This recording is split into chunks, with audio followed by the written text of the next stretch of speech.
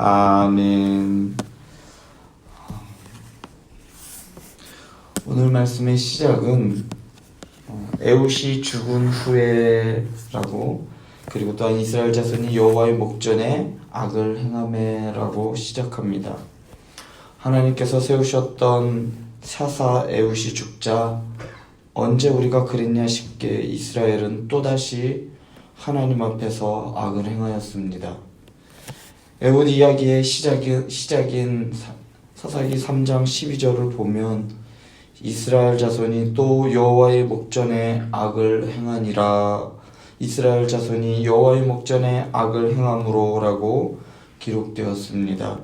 그런데 마치 이스라엘 백성들이 에훗을 하나님께서 세우시기 직전으로 돌아간 것과 같이 사사기 4장 1절에서도 이스라엘 자손이 또 여호와의 목전에 악을 행하매라며 시작하면서 에훗을 통한 하나님의 교훈과 구원은 이스라엘에게 있어서 아무런 효과도 없었고 다시 옛날 모습으로 돌아가고 말한 이스라엘을 말해주고 있습니다. 사사기 기자는 에훗이 죽으니라는 말을 통해 에훗의 죽음과 동시에 이스라엘이 애굽 이전으로 다시 환원되었다, 다시 돌아갔다라는 것을 강조해 주고 있습니다.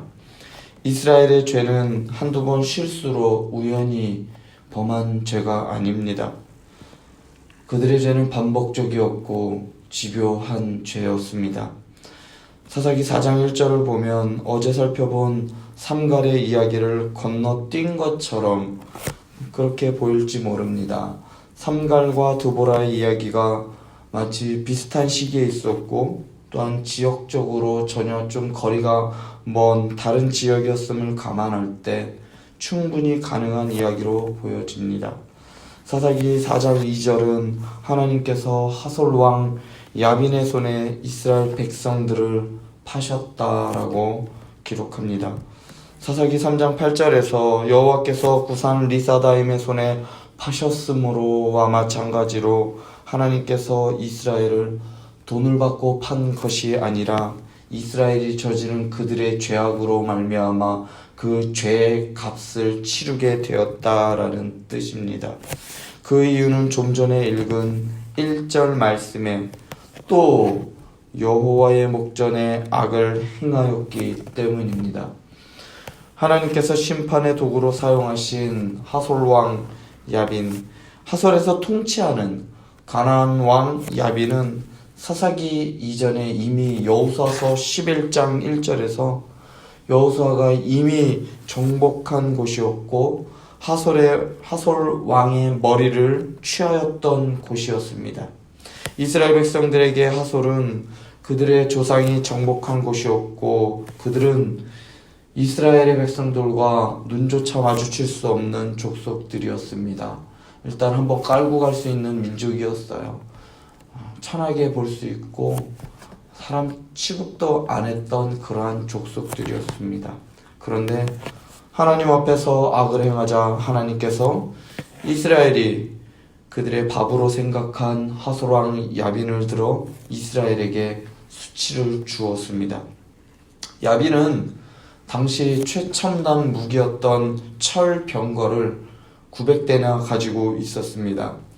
고고학 발견에 의하면 사사기 당시에 그 마차들이 대개 마차의 바퀴 살이 4개였습니다. 바퀴의 살이 4개라는 것은 그만큼 실을 수 있는 무게의 양 또는 마차가 얼마만큼 튼튼한가를 가늠할 수 있는 게 마차 바퀴의 살입니다. 그러나 야빈이 가지고 있던 철 병거는 바퀴살이 6개로 이루어져 있었습니다. 그만큼 다른 사람들이 가지고 있던 병거들보다 튼튼했고 온통 철로 뒤집어 씌워놨기 때문에 마차끼리 부딪혀도 상대의 마차를 부숴버릴 만큼 강력했습니다. 이러한 야빈에 대한 기록이 이집트 나일강 동쪽 강가에 있는 카르낙 신전 유절에 발견된 람세스 2세의 지역 목록에 보면 가나안 왕 야빈이라고 기록되어 있습니다.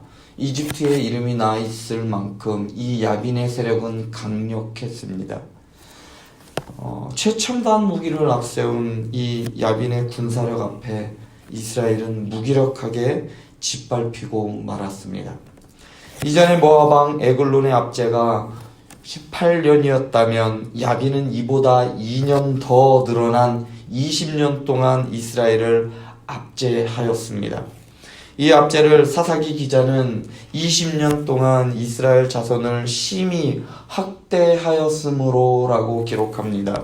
여기서 사용된 학대하다라는 단어는 라하즈라는 단어로 쥐어짜다, 짓누르다라는 의미의 단어입니다. 그러니까 하솔의 압제는 이스라엘 백성을 쥐어짜듯이 짓눌렀기 때문에 이스라엘 백성들이 그 고통으로 인하여 하나님께 부르짖게 되었습니다. 그런데 3절 말씀을 히브리의 어순으로 다시 직역해서 보자면 한번 3절 말씀을 보시기 바랍니다. 3절을 히브리 어순으로 바꾼다면 이렇습니다. 이스라엘 자손이 여호와께 부르짖었다. 왜냐하면 그들에게 철병거 900대가 있었기 때문이다. 그리고 그는 20년 동안 이스라엘 자손을 힘으로 압제했다. 뭔가 좀 뉘앙스가 다르지 않습니까? 이 어순에 따르면 이스라엘의 부르짖는 초점이 어디에 있느냐는 겁니다. 왜 이들이 부르짖게 되었느냐라는 것을 알 수가 있습니다. 즉 이스라엘 백성들은 자신들이 하나님께 불순종하였기 때문에 하나님께서부터 내리시는 그 심판으로 인한 고통으로 인한 압제로 인해서 하나님께 회개하여 부르짖는 것이 아니라 하솔왕 야빈이 가지고 있는 철병거 900대 때문에 고통당한다고 생각하였습니다.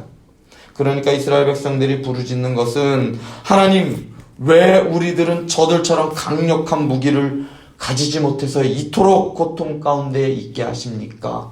라는 뜻입니다. 이러한 원망과 신세 한탄이 뒤덮인 그러한 푸념이었습니다. 그런데 정말 그렇습니까? 인간적인 눈으로 보면 혹여 그렇게 보일 수도 있습니다. 우리나라가 처한 상황을 보더라도 이스라엘의 이러한 모습이 어느 정도 이해가 되는 면이 없지 않아 있습니다. 코로나19로 인하여 온 세계가 고통받고 어려움을 겪는 이 시기에 북한은 지금도 ICBM이라는 대륙간 탄도미사일, 핵미사일을 쏠 수 있는 그것을 실험하는 것을 그치지 않고 언제든지 핵미사일을 보유하여 더 강력한 군사력을 보유하려고 시도하고 있습니다. 북한의 논리는 아주 간단합니다. 강력한 핵미사일만이 자신들의 체제를 지킬 수 있고 외세의 위협에서 구해준다고 믿었기 때문입니다. 그래서일까요? 우리나라도 핵을 보유해야 한다는 목소리가 점점 커지고 있습니다. 또한 새로운 무기를 들여올 때마다 뉴스에서 우리가 더 가진 이 힘이 얼마나 큰가를 국민들에게 보여주며 안심시키려고 하고 있습니다. 또한 미국과의 관계가 안 좋아질 때마다 미국이라는 대국의 힘을 빌려야 중국과 러시아, 일본 그리고 북한에 둘러싸여 있는 우리 대한민국이 안전하다고 주장하는 사람들이 있고 실제로 그렇게 생각하시는 분들이 혹여 이 자리에도 있을지 모릅니다. 우리의 현실적이라는 말로 포장된 이성으로 생각하면 그 말이 100% 맞는 말입니다. 그러나 그것은 어디까지나 인간적인 눈으로 보았을 때입니다. 가나안 땅의 이스라엘도 강대국으로 둘러싸여 있었습니다. 애굽과 아수르, 바벨론, 시리아, 페르시아, 그리고 로마 등등 세계사에 있어서 패권을 쥐락펴락했던 그 강대국들이 이스라엘을 둘러싸고 있었습니다. 지속적으로 이스라엘 백성들은 그러한 강대국 사이에 끼어 있었습니다. 그때마다 하나님은 말과 병거를 의지하지 말고 강대국의 그늘에서 안전을 도모하지 말고 하나님의 말씀에 절대적으로 순종할 것을 요구하셨습니다. 진정 이스라엘이 강대국 틈바구니에서 진정한 하나님이 주시는 샬롬을 누리려면은 하나님의 백성으로 하나님의 말씀대로 순종하여 하나님의 통치가 이스라엘 가운데 현실될 때에 비로소 이스라엘 백성들은 샬롬을 누릴 수가 있다라고 하나님은 말씀하고 계십니다. 즉 하나님을 떠나선 단 하루도 살아갈 수 없다는 말입니다. 넌 나 아니면 안 돼. 이 말씀이 바로 구약 말씀을 통해서 우리에게 해주시는 말씀입니다. 너는 나 아니면 안 된다. 오늘 우리도 마찬가지 아니겠습니까? 주변의 위협 앞에 우리는 강대국에 우리의 운명을 의지하는 것이 아니라 하나님 앞에 더욱 엎드리고 하나님께 부르짖고 하나님의 말씀에 믿음으로 순종하는 자세가 우리에게 선행될 때 우리는 비로소 하나님이 주시는 샬롬을 우리의 삶 가운데 누릴 수 있을 것입니다. 오늘 말씀에서 이스라엘도 마찬가지입니다. 이미 사사기 3장 30절 어제 본 말씀을 통해서 이스라엘은 강력한 무기에 의해 이스라엘의 안전과 평화가 유지되는 것이 아니라 하나님께서 그들의 보호자가 되실 때 소모는 막대기 하나로도 이스라엘을 구원하시는 분이 하나님이시라는 것을 우리는 어제 보았습니다. 그렇기 때문에 철병거 900대가 없어서라는 이 핑계는 하나님 앞에서 먹힐 리 없는 말이었습니다.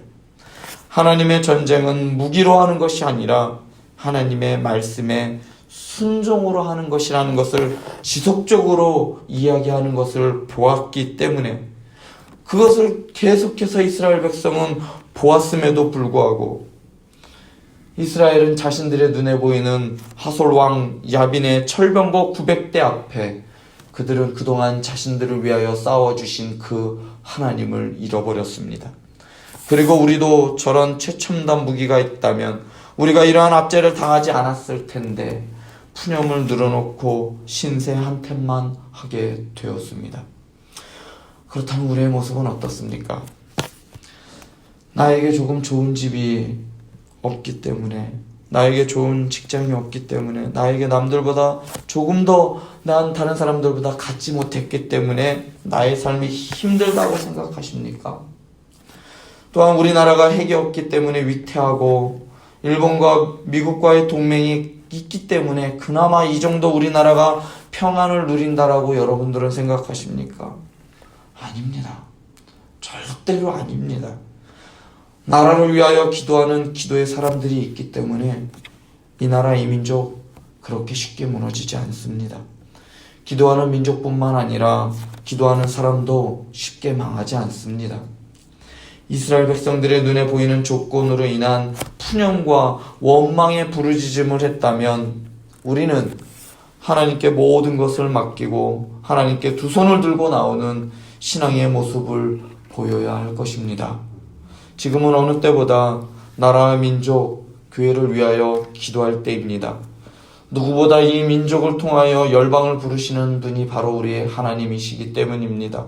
누구보다 저와 여러분들이 가야 할 길을 잘 아시는 분이 바로 하나님이시기 때문에 우리는 그의 말씀에, 하나님의 말씀에 순종하여 하나님의 통치를 받을 때, 즉 하나님이 내 삶의 주인이 되셨을 때 우리는 그 말씀에 순종하여 하나님의 통치를 받을 때 우리는 어떤 환경 가운데에서도 건지시고 하나님께서는 인도하실 것입니다.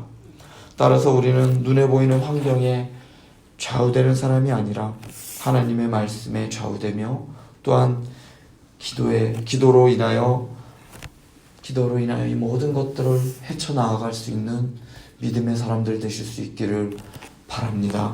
기도하시겠습니다. 아멘.